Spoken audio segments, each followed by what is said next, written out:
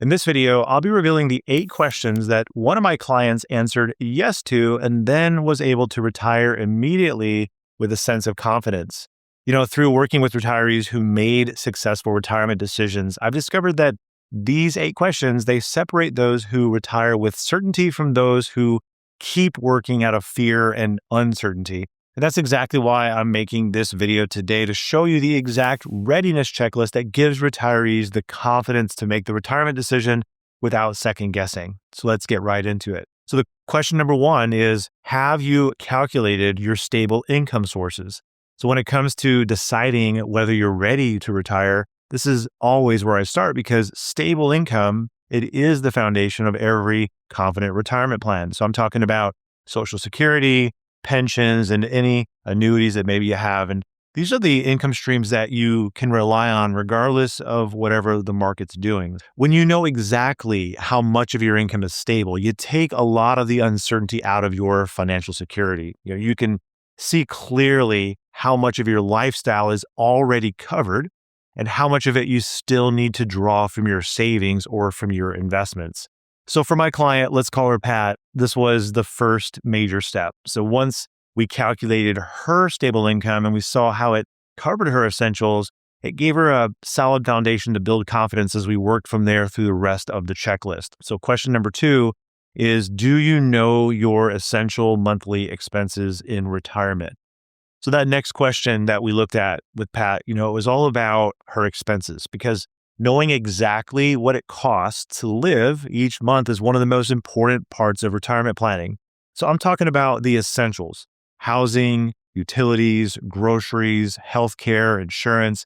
These are the things that you simply can't eliminate. So when you total those up, you're not just looking at numbers. What you're doing is you're defining the minimum income that you're going to need to maintain your lifestyle with confidence. So once we laid out Pat's essential monthly expenses and we compared them to her stable income sources, we found that her stable income covered about 80% of what she needed. And this is a super helpful exercise for anyone to do, because when you personalize it, when you know what your percentage of your essential needs are being met by your own stable income, that can be incredibly freeing. It takes a huge amount of emotional weight off your shoulders. That insight was liberating for Pat. It showed her that she was much more close to being ready for retirement than she thought. And it really helped us to pinpoint exactly what the remaining gap for her to fill with her retirement savings looked like. Question 3 is, have you tested your plan for early retirement market downturns?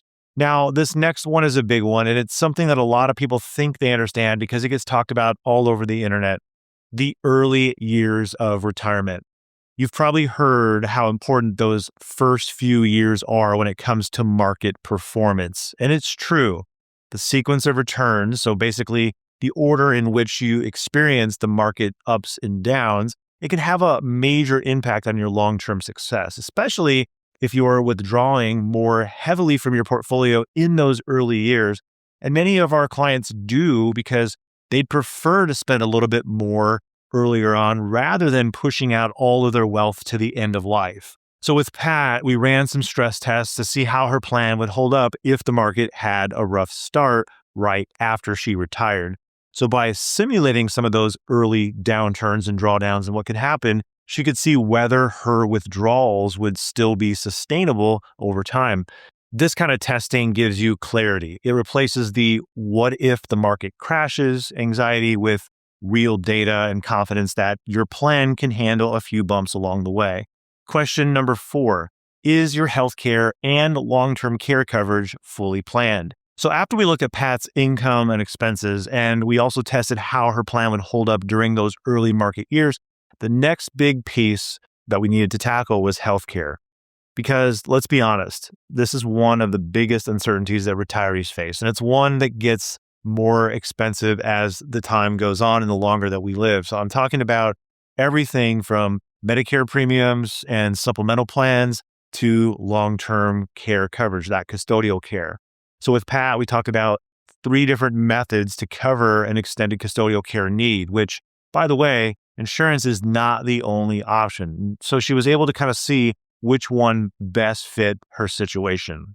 So just mapping out her coverage and seeing what it looked like, what her out-of-pocket costs could be, and how much that could change over time, that gave her an enormous sense of relief.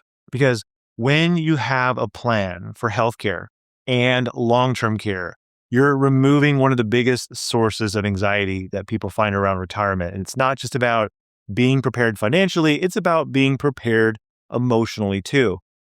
Now, if all of this talk about healthcare planning and all this other stuff we're talking about has you thinking about your plan, be sure to click the link below because I put together a short video that shows you exactly how to bring all these pieces together and optimize your retirement plan as a whole. Question number 5, have you paid off all your high interest or emotionally stressful debt?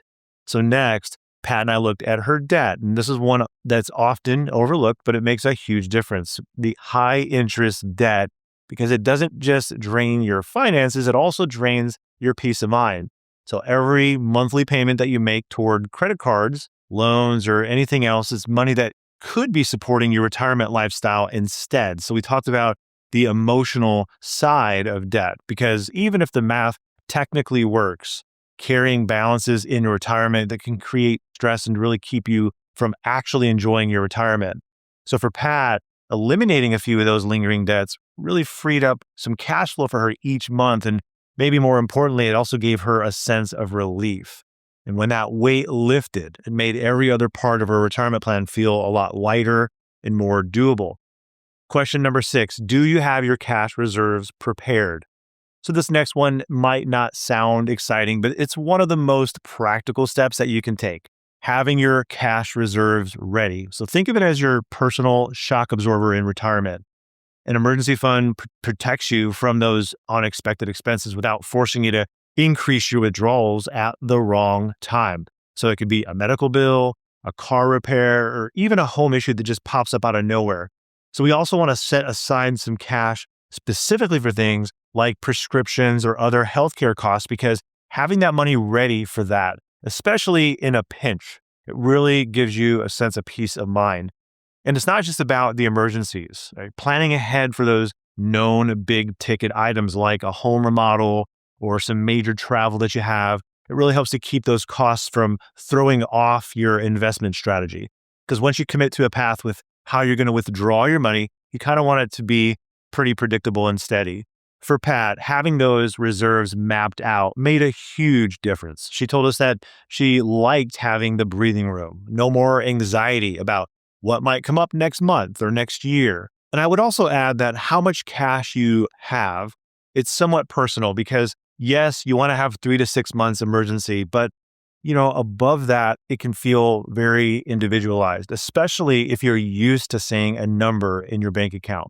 Question number 7, have you planned how you're going to spend your time in retirement? Now, this next question might seem a little softer, but honestly, it's an important one because retirement isn't just a financial transition, it's an emotional one. So for Pat, we spent time talking about what her days would actually look like when she stepped away from work. It's amazing how many people, they plan every detail of their finances, but they never stop to plan their time. Without structure or purpose, retirement can start to feel empty. And that's when regret or even some depression can creep in. So we talk about, really what gave her energy, what made her feel useful, and how she could really try to still stay socially connected. And so once she started mapping out the hobbies, the volunteer work, and the travel that she wanted to do, retirement shifted from something that was uncertain to something that she was really genuinely excited about. And you hear me say this all the time, but clarity of purpose is every bit as important as having a financial plan. Question number 8, do you feel emotionally ready to stop earning and to start enjoying your savings? So this question is one that surprises a lot of people because even when the numbers make sense, emotionally, it can still feel hard to retire. And we hear this a lot from you because we talk to so many people nearing retirement, and Pat talked about it a lot too. After decades of saving, it's not easy to flip the switch from earning to spending, especially when so much of your identity is tied to your work. For many people, the fear isn't about running out of money. It's about losing purpose or structure. And that's why this step is just as critical as the financial ones. So we worked through what enjoying her savings really meant, not recklessly spending, but feeling comfortable using the money that she'd worked her entire life to build. And once Pat gave herself permission to do that, retirement started to feel less like an ending and more like a beginning. So now that we've seen all 8 questions and hopefully we started thinking about how you'd answer them for yourself, let's bring it all together. So this is where clarity begins. So the purpose of these 8 questions is it's not just to find the yes or no answers. It's to help you understand exactly when and why retirement might feel right for you. So the first step is being able to just be completely honest with yourself and go through each question and pinpoint any area that still feels uncertain.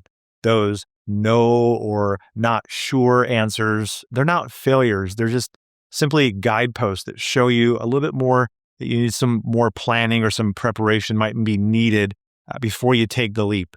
And the next step is to connect the dots between your financial readiness and your emotional readiness. So the two, they've got to move together. You might be financially capable of retiring, but you still feel uneasy about what comes next. And that's normal. So this assessment, it really helps you to bring both sides into alignment so that your decision can feel more solid. And once you've gone through that process, you want to use your results to determine whether you're ready now or if a few final adjustments could make the transition smoother. The goal isn't perfection, right? It's progress with confidence. So to make sure this assessment actually brings you clarity and you're not second guessing, focus on closing the specific gaps that you discover rather than chasing some impossible level of certainty. No one can predict every twist or turn in retirement, and that's okay. Flexibility is what keeps your plan strong. The real confidence comes from blending both sides of the equation, the objective numbers like your income, your expenses, and your savings, and the more personal pieces like your purpose, your lifestyle, and your emotional readiness. So when you see the full picture working together, that's when retirement decisions start to feel right. And if you're not sure where to begin, it can help to work with someone who understands both the financial mechanics and the human side of retirement, because working with people who specialize and they see what really happens to people in retirement, that goes a long way to boost your confidence too. So now that you understand the 8 questions that helped Pat and so many others to gain real confidence about retiring, you can start using the same framework to assess your own readiness. And when you bring together stable income, clear expenses, and emotional preparedness, you'll have the clarity you need to make your decision with confidence. And if you'd like some help walking through that process step by step, click the link below. We've created a detailed video that shows you exactly how we help people to retire with calmness and clarity. Thanks for watching, and I'll see you in the next video.